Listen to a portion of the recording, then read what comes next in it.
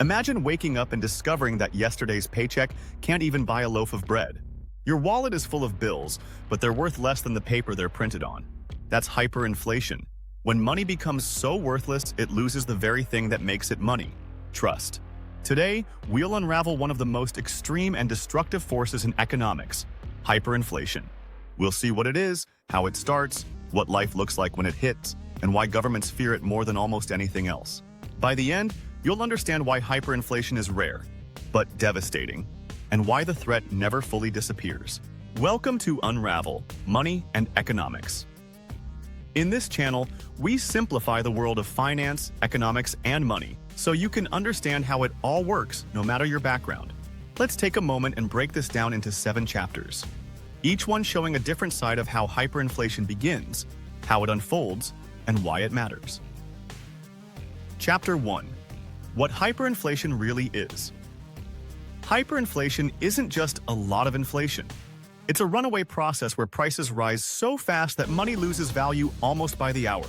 Economists typically define hyperinflation as prices rising more than 50% in a single month. At that pace, something that cost $1 in January would cost $130 by December. But numbers only tell part of the story. Hyperinflation destroys the core function of money, being a reliable store of value. If you can't trust money to hold value even until tomorrow, it stops working as money at all. Chapter 2. The warning signs. Hyperinflation doesn't appear overnight. There are warning signs: rising government debt that can't be repaid normally, printing money to cover spending rather than collecting taxes, loss of confidence in the currency, both at home and abroad, political or social crisis that makes people doubt their government's ability to stabilize the economy. At first, inflation may look manageable, 10%, 20%, 30% a year. But once people start expecting prices to rise rapidly, they act in ways that make the problem worse. Spending money as fast as possible, demanding higher wages, raising prices preemptively. That shift in psychology is when inflation can spiral into hyperinflation. Chapter 3. Life during hyperinflation. What does it actually feel like to live through hyperinflation? Everyday life becomes a race against time. Paychecks are spent the moment they're received because waiting even a day means the money is worth less. Shops constantly raise prices, sometimes several times a day.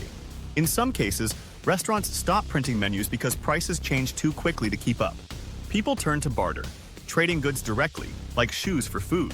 Others use foreign currencies, gold, or even cigarettes as substitutes for real money. Savings are wiped out, pensions collapse, and middle-class families suddenly find themselves unable to buy basic necessities.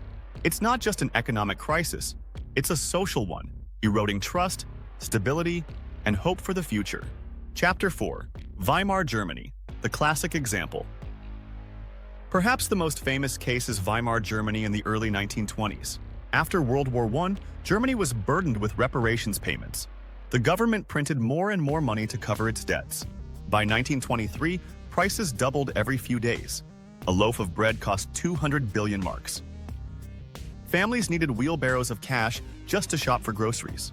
Photographs from the time show children playing with stacks of worthless banknotes, using them as building blocks. Money lost its meaning. Eventually, the crisis ended only when Germany introduced a new currency backed by land and industry, restoring confidence. The lesson: once trust in money is gone, the only fix is often replacing the currency itself. Chapter 5. Zimbabwe and Venezuela. Modern lessons. Hyperinflation isn't just history. In the 2000s, Zimbabwe printed massive amounts of money to pay government bills. At its peak, inflation reached 79% per month. The government even issued a $100 trillion bill, worth less than a loaf of bread. In the 2010s, Venezuela faced a similar fate. Political crisis, collapsing oil revenues, and money printing triggered hyperinflation. Prices rose so fast that people abandoned the national currency for US dollars or barter. These examples show that hyperinflation can still happen today, and always devastates ordinary citizens the most. Chapter 6. Why hyperinflation happens. At its root, hyperinflation is about too much money chasing too few goods, taken to an extreme. But it's never just about printing money. It's about trust. If people believe money will lose value tomorrow, they rush to spend it today. Sellers raise prices preemptively, and the spiral accelerates. Hyperinflation is almost always linked to a breakdown in political or social stability. Wars, revolutions, collapsing governments, or extreme debt crises. That's why it's rare in stable, well-managed economies, but more common when institutions fail. Chapter 7. Could it happen again? Some ask, could hyperinflation happen in developed countries today? In theory, yes. No economy is immune. If governments were to print unlimited money without restraint, or if trust in their institutions collapsed, hyperinflation could return. But in practice, most central banks today are deeply aware of the dangers. Safeguards, independent monetary policies, and international trade help reduce the risk. Still, shocks like pandemics, wars, or debt crises remind us that confidence in money is fragile. Hyperinflation remains one of the most feared scenarios, not because it happens often, but because when it does, it destroys everything people thought was stable. Hyperinflation is more than an economic term. It's a human disaster. It wipes out savings, erases trust, and leaves scars that can last for generations. History shows us what happens when money becomes worthless, and why protecting its value is one of the most important tasks any society faces. Have a topic you're curious about? Let us know in the comments, and hit subscribe so you don't miss what's next. As we continue to unravel the world of money and economics, one concept at a time.